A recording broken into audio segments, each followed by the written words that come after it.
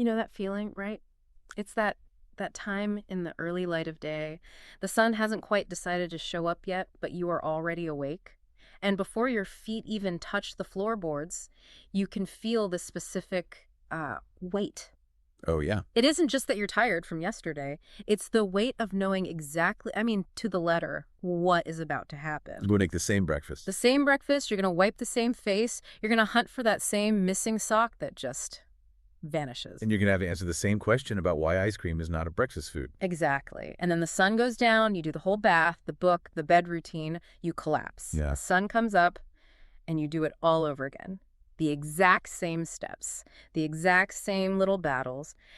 It's that feeling of looking at your life and just thinking, am I actually going anywhere, or am I just running in a very expensive, very exhausting circle? That is the universal condition of parenting, I think. It often feels less like you're nurturing a human being and more like you're the logistics manager for a small, irrational company, one that never closes for holidays. That is the perfect description. And usually when we talk about this, when we're venting to friends or whatever, Right. we treat this feeling as the problem. We call it the grind. The grind. We try to hack our way out of it with new schedules or chore charts. But today we're doing something a little different. We're looking at a stack of notes based on an essay called Repetition by the writer and philosopher Pedro Malha. It's part of a collection called The Architecture of Returning. And I have to say, this piece really, really challenged me. It took that exact feeling of exhaustion I just described and basically argued that we're looking at it completely upside down. It's a really profound piece of writing because he doesn't try to fix the repetition. No. Malha argues that repetition isn't a logistical nightmare, a bug in the system. He says repetition is actually the structural foundation of love. Which, let's be honest, is a massive claim. Because when I am picking up the same Lego for the 100th time in an afternoon, it does not feel like structural love. Yeah. It feels like I'm losing my mind. So our mission for this deep dive is to see if we can get you, and frankly, myself, to move from seeing this as a trap to seeing it as, well, as architecture, as something you are actively building. And we should be clear from the start. Malha isn't saying this is easy. He's not romanticizing the drudgery at all. He talks about the fatigue of the early hours, the dead weight at the end of a long day. He gets it.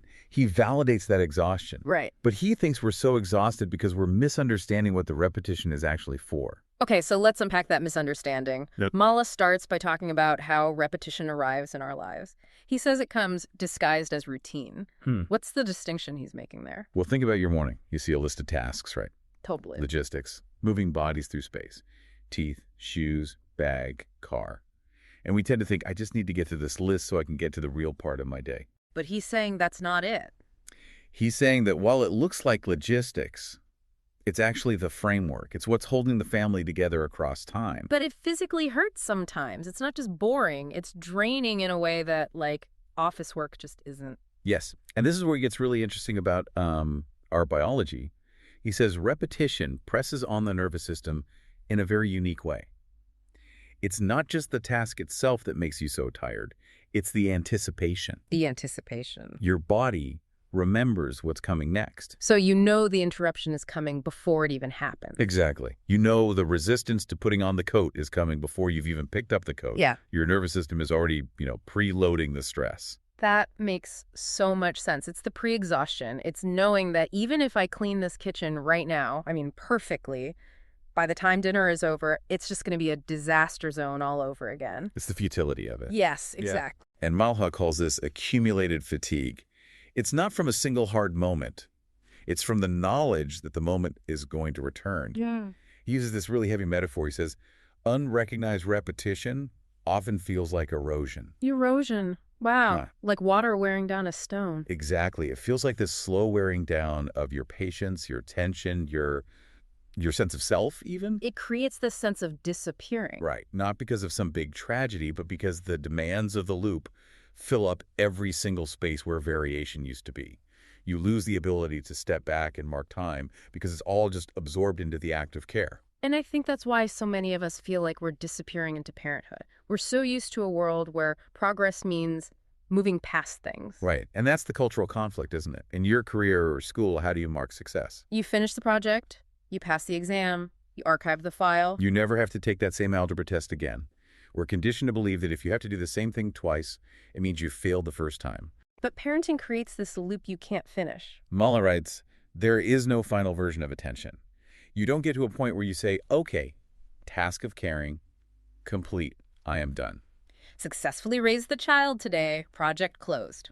Exactly. It doesn't work that way. And even as they get older, right, the repetition doesn't stop. It shape shifts. He mentions that the repetition of physical supervision. Watching them so they don't fall down the stairs. Yeah, that just becomes the repetition of worry when they're teenagers. The repetition of instruction becomes the repetition of listening. And that lack of closure is what creates the psychological strain. The mind just longs for a finish line, and when there isn't one, we feel stuck. We feel like we aren't achieving anything. So if there's no finish line, are we just running in place? That's the part that genuinely scares me. It feels like stagnation. Am I stuck? Is anything changing at all? Are we getting anywhere? That fear is completely valid, but Mala argues it's based on the wrong geometry.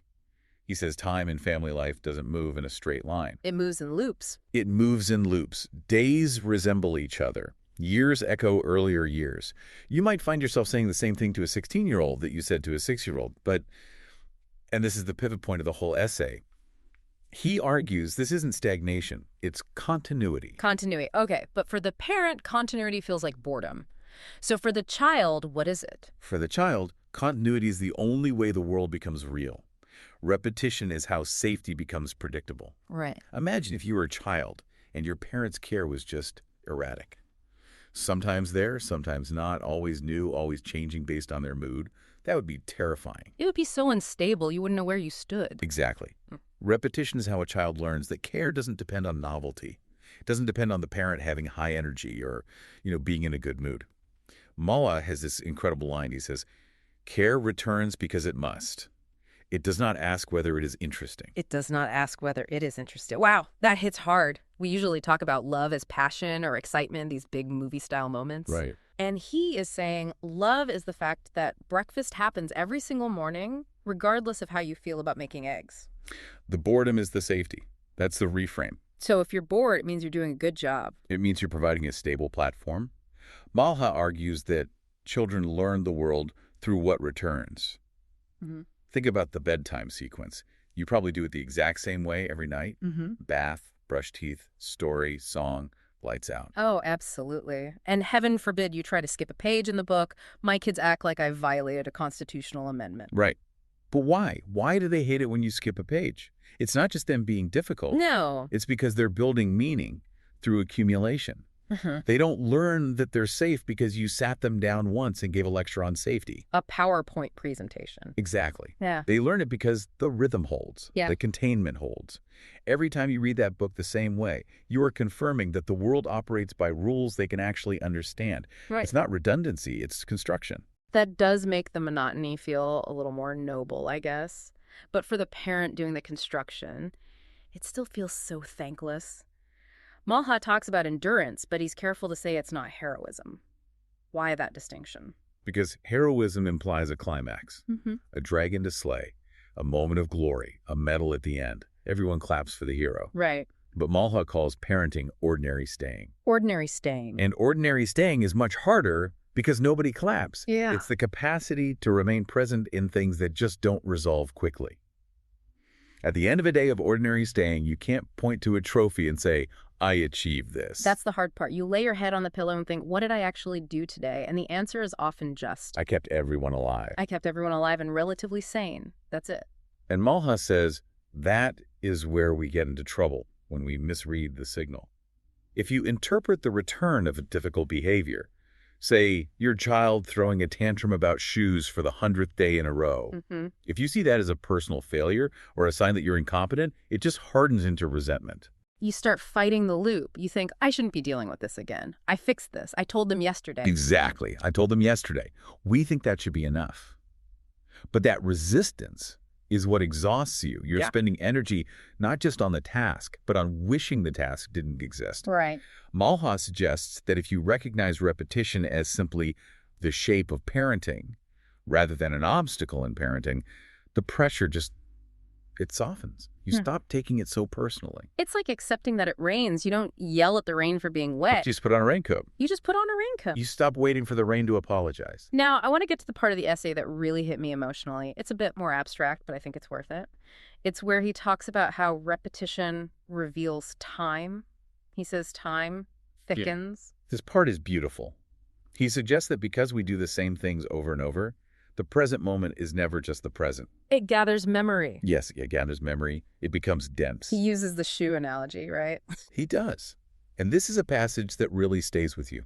A parent tying a shoe today. It's a mundane act. You're kneeling. Maybe you're late. Maybe you're annoyed. But physically, your hands remember tying that same shoe, or a smaller version of it, 2 years ago. Mm. And maybe you remember the frustration of doing it when you were late for school last year. The single action contains multiple times at once. It's like a ghost sensation. You can feel the ghost of their smaller foot while you're holding their bigger foot. And that explains the emotional density of parenting. Why does it sometimes make you want to cry just watching them eat cereal? It's just cereal. Right. But you're seeing the toddler they were, the child they are, and the future teenager they'll be, all superimposed on this one moment. It brings this quiet ache.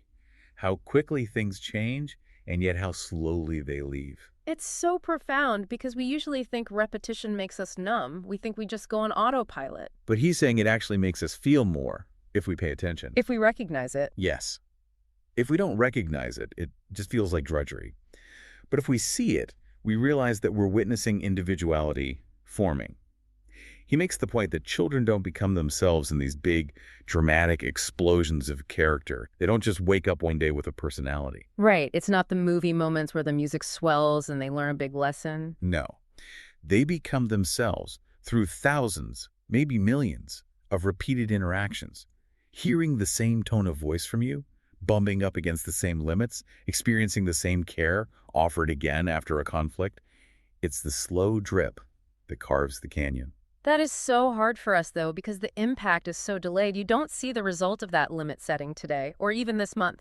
You say, don't hit your brother, and 5 minutes later, He hits his brother. he hits his brother. And it creates this doubt. You feel like nothing is landing. I've said this 1,000 times, and they aren't listening. But Mullah says repetition works beneath visibility. It shapes the nervous system and shapes trust without ever announcing itself. You have to live inside the accumulation without needing that constant confirmation that it matters. Live inside the accumulation. That is a tough assignment. It requires a lot of faith. It does. But this is where he brings in the concept of acceptance to help us out. He says repetition strips away fantasy.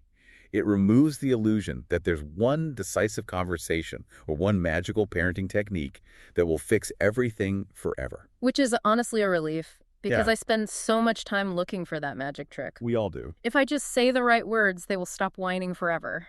The cheat code. But parenting is made of returning, not resolving. Once you accept that, routine stops feeling like a prison and starts feeling like scaffolding. It protects you. Yes. It limits the number of decisions you have to make. That's true. If we always brush our teeth at the same time, I don't have to negotiate when we do it. It just is. It conserves your energy. And even conflict, this was a surprising point for me, even conflict repeats for a reason. Arguments circle the same themes because that's how learning is embedded. Children integrate limits by touching the edges repeatedly. They have to verify that the wall is still there. And parents learn their limits too.